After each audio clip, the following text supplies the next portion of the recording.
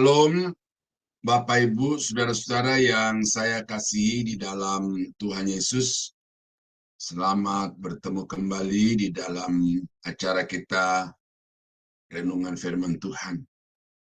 Nah, pagi ini sebelum kita membaca dan merenungkan firman Tuhan, mari kita tunduk kepala dan kita berdoa. Bapa di surga, terima kasih karena Tuhan selalu baik bagi kami.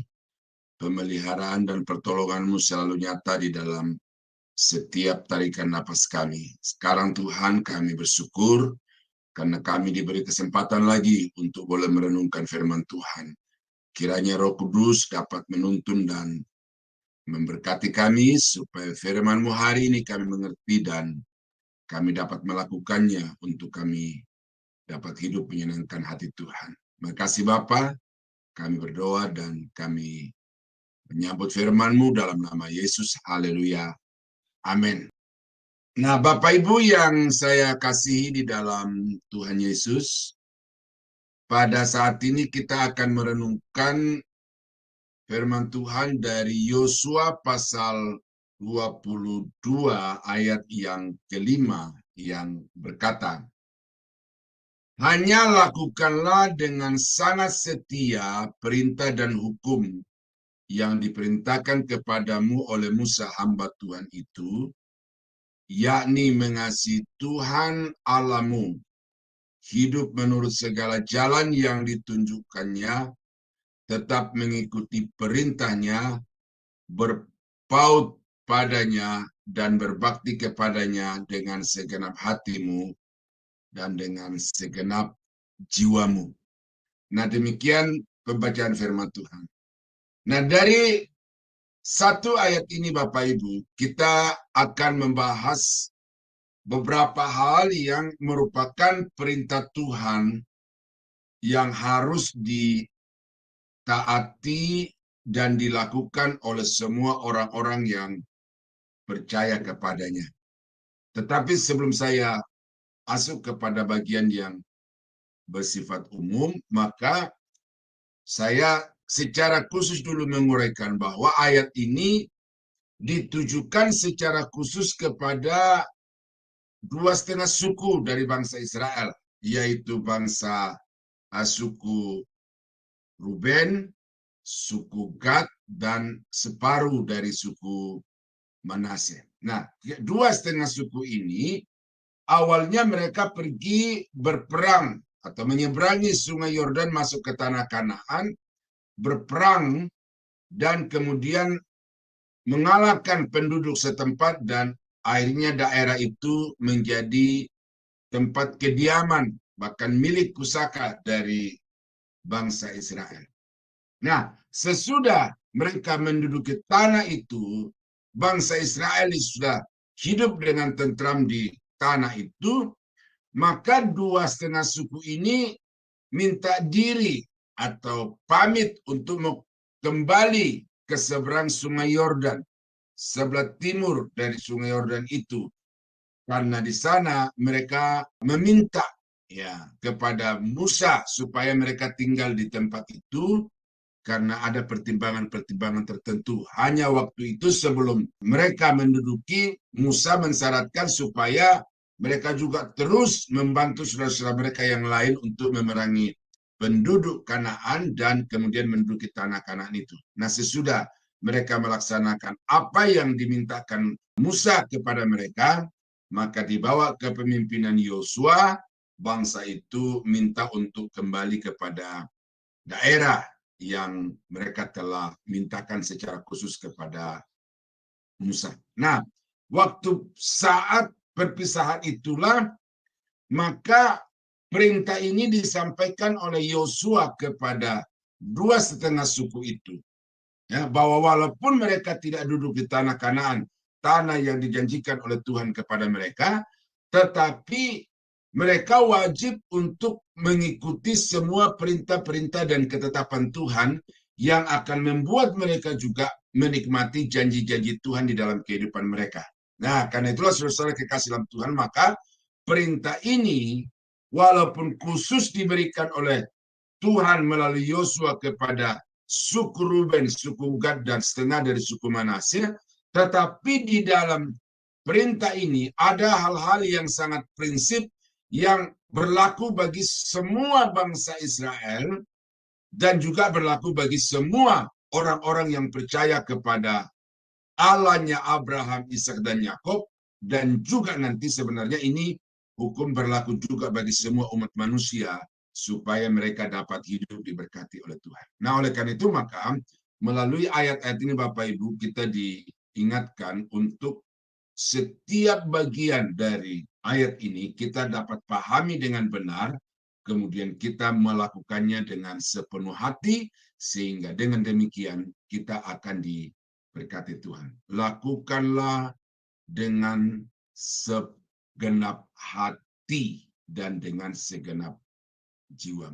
Nah, jadi saya beri judul kepada renungan firman Tuhan ini, hidup seturut kehendak Tuhan.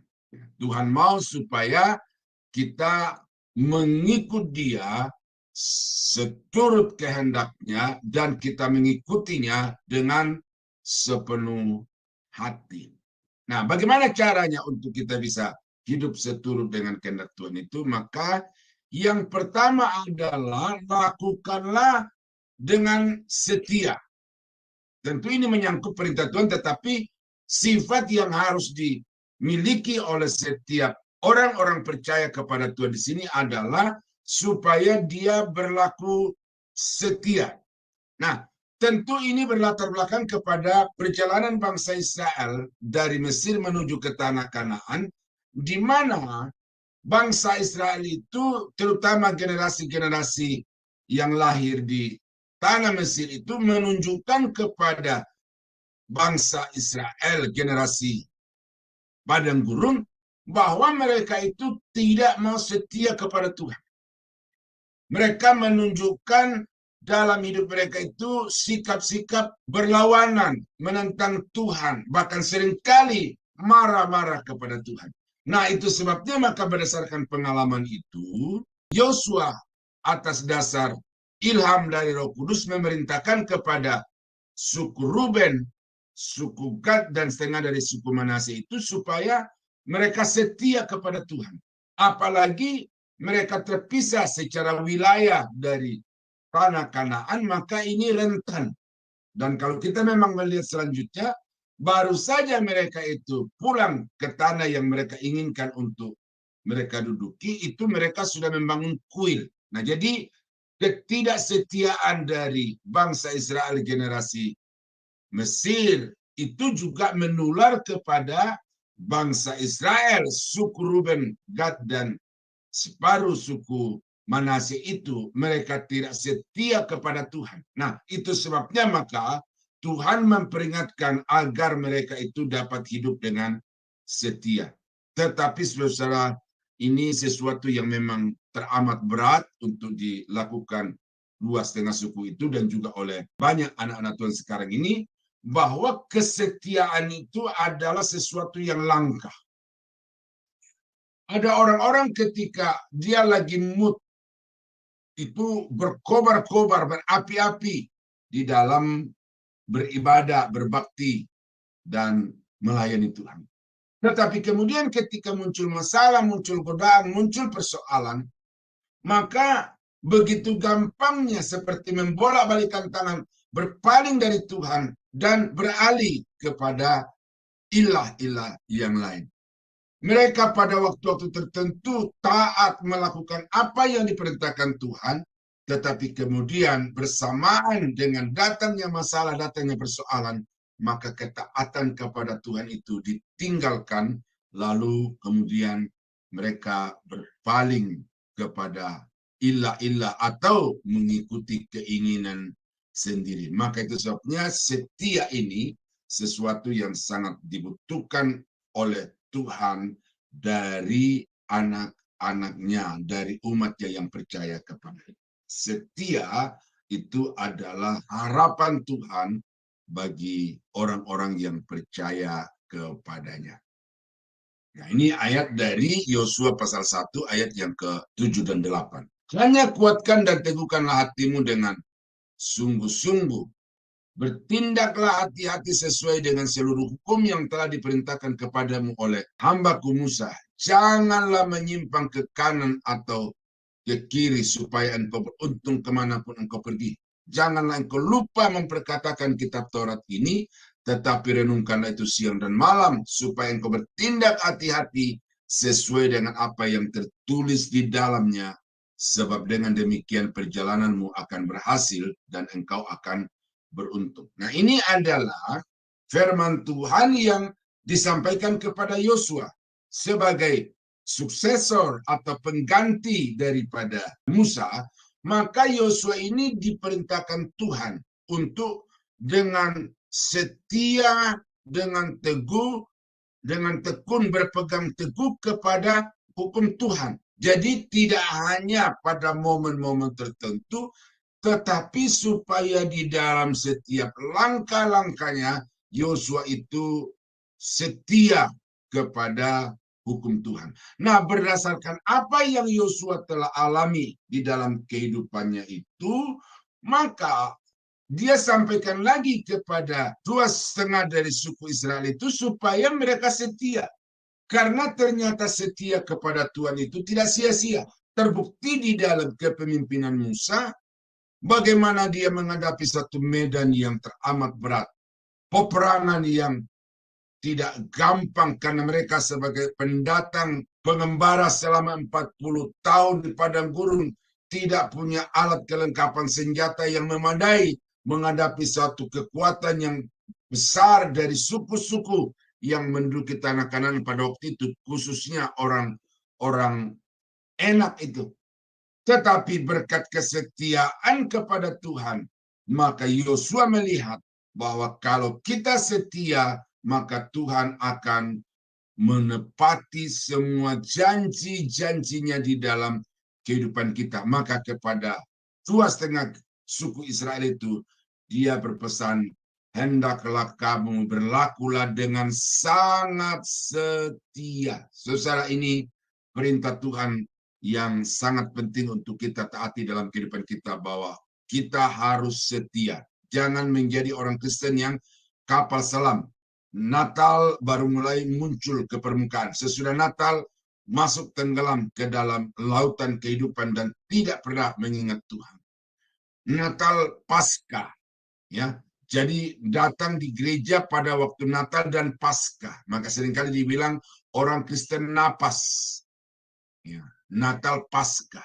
Itu sikap hidup yang tidak boleh kita pelihara dalam kehidupan kita, karena Allah yang kepadanya kita menyembah adalah Allah yang setia. Dia mengharapkan dari kita kesetiaan, dan karena itu kita harus mewujudkan di dalam kehidupan kita setia kepada Tuhan.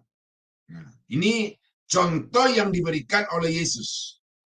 Ya, yang diberikan secara langsung oleh Yesus. Dia berkata begini, dalam hidupnya sebagai manusia, ia telah mempersembahkan doa dan permohonan dengan ratap tangis dan keluhan kepada Dia yang sanggup menyelamatkannya dari maut, dan karena kesalehannya ia telah didengarkan. Nah ini, dan sekalipun ia adalah anak, ia telah belajar menjadi taat dari apa yang telah dideritanya. Dan sesudah ia mencapai kesempurnaannya, ia menjadi pokok keselamatan yang abadi bagi semua orang yang taat kepadanya. Dan ia dipanggil menjadi imam besar oleh Allah menurut peraturan Melkisedek. Memang di dalam ayat ini tidak ada kata setia, Bapak Ibu. Tetapi dikatakan bahwa ia telah belajar menjadi taat dari apa yang dideritanya. Jadi Yesus di dalam mengemban mandat penyelamatan orang-orang berdosa itu menghadapi tantangan pergumulan yang teramat berat. Di Taman Getsemani dia berdoa dengan begitu takutnya sehingga peluhnya menjadi darah. Dia dikiring ke Bukit Golgota sambil memikul salib dan kemudian dicemeti dari belakang. Akhirnya sampai tergantung di atas kayu salib dan mengembuskan napas di kayu salib itu. Nah, terlalu kemudian dikatakan dan sesudah ia mencapai kesempurnaannya. Jadi dia memperlihatkan kepada kita satu perjalanan kehidupan dengan rentang waktu yang memang di sini tidak disebutkan berapa lama, tetapi dari penderitaannya sampai kepada kesempurnaan ketaatannya kepada Allah itu, kita melihat bahwa langkah-langkah Yesus adalah langkah-langkah menuju kepada sasaran yang telah ditetapkan oleh Tuhan baginya, dan itu dia melewati, dia menjalani dengan penuh kesetiaan. Nah, kan itu saudara kekasih dalam Tuhan, yang dimaksud dengan setia itu bukan hanya orang yang rajin berbakti ketika semua masalah beres, tetapi ketika dia ada di dalam satu pergumulan yang berat sekalipun, dia harus tetap loyal, dia harus tetap mendedikasikan hidupnya kepada Tuhan. Nah, itu yang disebut sebagai setia. Nah, ini yang diharapkan oleh Tuhan dari kita, dan ini yang diperintahkan oleh Yosua kepada 2,5 dari suku Israel yang akan kembali menyeberang ke seberang Sungai Yordan di bagian timur. Nah, yang kedua, apa yang diharapkan oleh Tuhan dari bangsa Israel? Dan dikatakan bahwa mengasihi Tuhan Allahmu dengan segenap hatimu dan dengan segenap jiwamu. Jadi, pertama diminta supaya mereka setia. Yang kedua di sini diminta supaya mereka mengasihi Tuhan itu dengan segenap hati. Nah, kata segenap hati di sini, saudara-saudara sekalian, itu artinya seutuhnya. Tidak sedikit pun yang berkurang, tetapi mengasihi Tuhan seutuhnya. Tidak ada ruang, tidak ada tempat sedikit pun bagi ilah-ilah lain, bagi sembahan-sembahan yang lain, tetapi segenap hati dari suku Ruben, suku Gad, dan setengah suku Manasye itu diminta oleh Yosua supaya mereka mempersembahkannya seutuhnya kepada Tuhan, dan hanya Tuhan satu-satunya yang ada di dalam hati mereka. Itu yang diharapkan oleh Tuhan. Nah, jadi saudara-saudara sekalian, ini kembali lagi bahwa bangsa Israel itu adalah orang yang begitu labil di dalam iman, dalam pengiringan mereka kepada Tuhan. Saat mereka senang, mereka bersuka cita. Tetapi ketika ada masalah, mereka bersungut-sungut. Ini artinya apa? Mereka tidak sepenuh hati mengasihi Tuhan. Nah, ditambah lagi, mereka secara sadar membuat patung lembu emas, lalu menyembah kepada patung yang dibuat oleh tangan mereka itu sendiri. Jadi jelas hati mereka itu begitu terbuka bagi ilah-ilah, bagi penyembahan-penyembahan yang lain. Nah, oleh karena itu maka Tuhan meminta kepada kedua suku ini, tetapi juga berlaku bagi setiap orang, termasuk saudara dan saya, adalah supaya kita mengasihi Tuhan itu dengan segenap hati. Jangan ada ruang sedikit pun di dalam hati kita untuk ilah-ilah atau sesuatu yang dapat disetarakan dengan Tuhan. Nah, ini perintah Yesus kepada, atau jawaban Yesus kepada ahli-ahli Taurat yang meminta bagaimana mengasihi sesama itu. Lalu jawabnya, kasihilah Tuhan Allahmu dengan segenap hatimu, dan dengan segenap jiwamu, dan dengan segenap akal budimu. Itulah hukum yang terutama dan yang pertama. Dan hukum yang kedua yang sama dengan itu ialah, kasihilah sesamamu manusia seperti dirimu sendiri. Pada kedua hukum inilah tergantung seluruh hukum Taurat dan kitab para nabi. Jadi ternyata mengasihi Tuhan itu adalah saripati atau intisari dari 10 hukum Taurat. Jadi di sini Tuhan Yesus mengatakan bahwa sekalipun kamu melakukan detail-detail dari 10 hukum Taurat itu tanpa cacat celah, tetapi kalau kamu tidak memiliki kasih kepada Tuhan, maka ketaatan kepada hukum Taurat itu menjadi sia-sia karena kamu hanya melakukan sebagai satu hukum yang mengatur hubungan antar sesama manusia.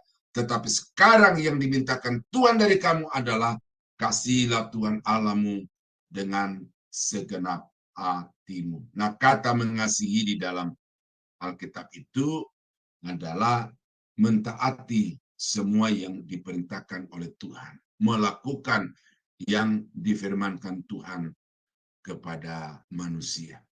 Nah, jadi saudara itu mengasihi Tuhan itu intisari dari 10 hukum Taurat. Dan ternyata di sini juga Yesus mengatakan bahwa kasih kepada Allah dan kasih kepada sesama manusia itu juga merupakan intisari dari kitab Taurat dan kitab para nabi. Artinya seluruh perjanjian lama itu dapat disimpulkan dalam satu kata, yaitu kasih.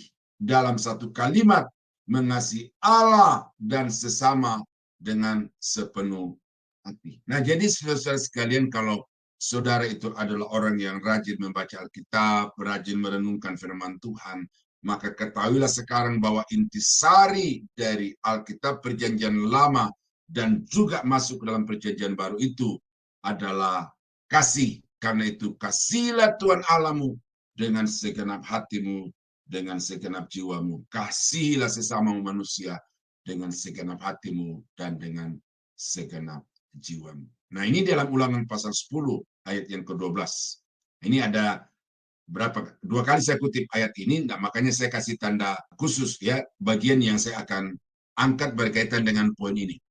Maka sekarang hai orang Israel, apakah yang dimintakan daripadamu oleh Tuhan Allahmu selain dari mengasihi Dia dengan segenap hatimu dan dengan segenap jiwamu?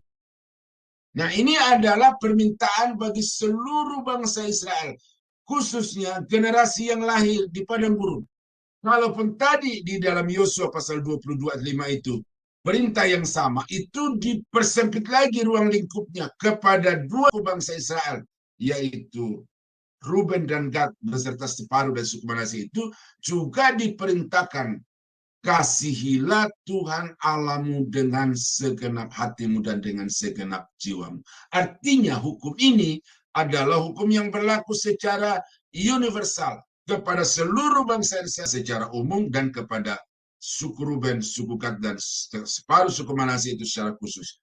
Bahwa mereka harus mengasihi Tuhan dengan segenap hati. Itu sebabnya maka sebelum dua suku ini pergi meninggalkan saudara-saudaranya di sebelah timur Sungai Yordan, sebelah barat yaitu tanah Kanaan, maka kepada dua setengah suku ini Yosua berpesan kepada mereka, lakukanlah dengan sungguh-sungguh apa yang diperintahkan Tuhan, salah satunya adalah kasihilah Tuhan Allahmu dengan segenap hatimu. Itu yang kedua. Nah, apa yang ketiga yang diharapkan oleh Tuhan dari bangsa Israel, dari dua setengah suku bangsa Israel itu dan juga dari saudara dan saya adalah hiduplah menurut segala jalan yang ditunjukkannya dengan segenap hatimu dan dengan segenap jiwamu. Nah, jadi di sini diminta adanya satu ketaatan. Ada hukum, ada perintah. Ada yang bersifat kekal, bersifat universal, ada yang bersifat temporal, insidentil. Ya, umpamanya satu gambaran di Indonesia kepolisian itu ada undang-undang yang harus ditaati oleh kepolisian dalam melaksanakan tugas di segala tempat dan segala bidang. Tetapi ada juga aturan bahwa polisi itu diberi kewenangan pada waktu-waktu dan situasi tertentu di jalan itu untuk mengambil satu keputusan perintah yang berlaku pada saat itu di lokal itu, dan itu bersifat temporal, dan semua warga masyarakat pengguna jalan raya itu wajib untuk taat kepada keputusan yang diambil oleh kepolisian di tempat itu pada situasi itu. Nah, ini yang namanya perintah, petunjuk, ya. Jadi orang-orang percaya kepada Tuhan itu ada perintah-perintah yang secara khusus diberikan kepadanya oleh Tuhan. Seperti contoh adalah ketika bangsa Israel dibawa ke pemimpinan Raja Saul untuk pergi berperang melawan Filistin yang waktu itu dibawa kerajaan Agag. Perintah khusus kepada Saul pada waktu itu adalah musnahkan semua, baik binatang maupun manusia. Jangan ada satupun yang dibiarkan hidup. Tetapi di tempat lain boleh menjarah. Bukan hanya barang-barang tetapi juga hewan-hewan. Nah, jadi kita melihat di sini bahwa memang ada situasi-situasi tertentu, ada perintah-perintah khusus yang disampaikan oleh Tuhan, dan oleh karena itu maka kepada bangsa Israel ini diminta untuk dapat mentaati semua petunjuk-petunjuk melalui jalan yang ditunjukkan Tuhan itu, dan jangan sampai melakukan satu penyimpangan-penyimpangan. Ya. Nah, ini ada bagian Alkitab yang patut untuk kita baca berdasarkan poin di atas itu. Ya, Mazmur pasal 18 ayat 20 sampai 24. Tuhan memperlakukan aku sesuai dengan kebenaranku. Ia membalas kepadaku sesuai dengan kesucian tanganku. Sebab aku tetap mengikuti jalan Tuhan dan tidak berlaku fasik terhadap Allahku. Nah, jadi di sini pemazmur menyaksikan betapa Tuhan mengasihi, betapa Tuhan menyayangi dia. Oleh karena pemazmur ini tetap mengikuti jalan yang ditunjukkan oleh Tuhan kepadanya. Sebab segala hukumnya kuperhatikan dan ketetapannya tidak kujauhkan daripadaku. Aku berlaku tidak bercela di hadapannya dan menjaga diriku terhadap kesalahan.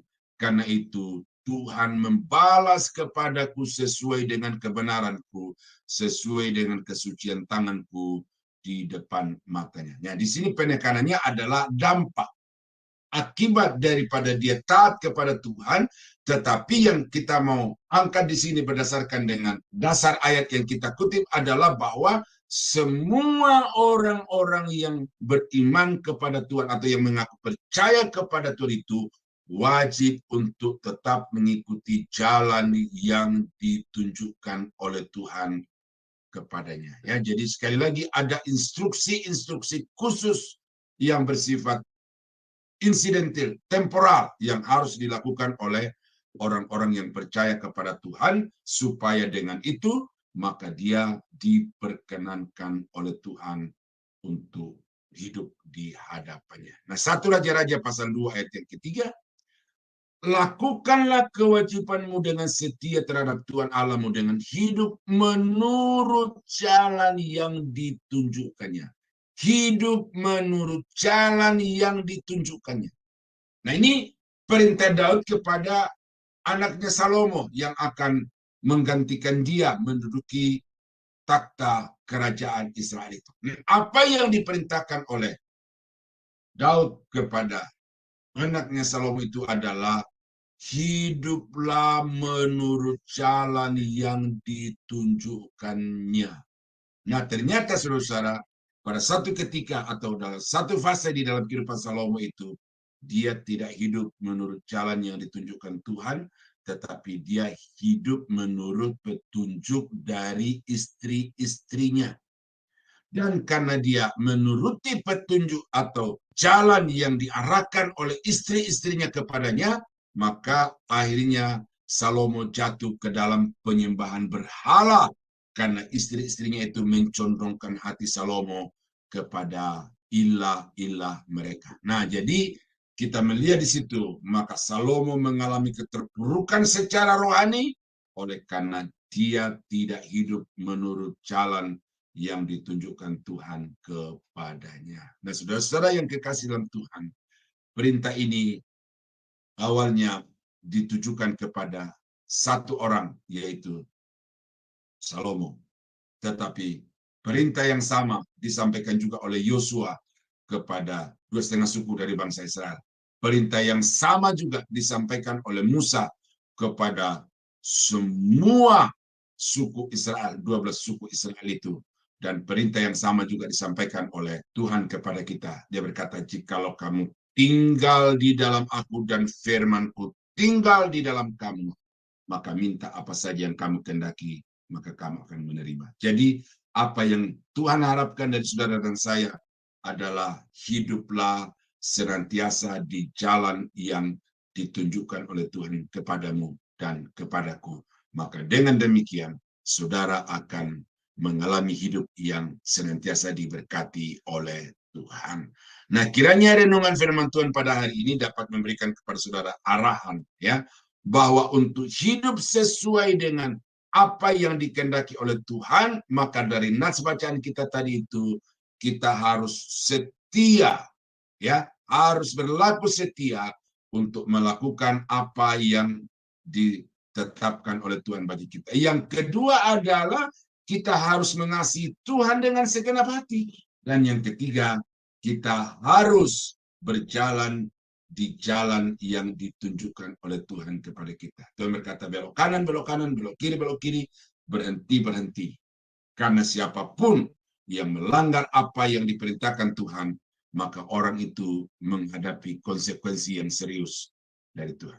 Nah, saudara-saudara, perjalanan ini atau hidup kita ini adalah pilihan. Kita selalu ada di persimpangan jalan. Dan pada saat itu, kita menghadapi pilihan-pilihan. Maka saat ini, saya menghadapkan kepada saudara juga pilihan.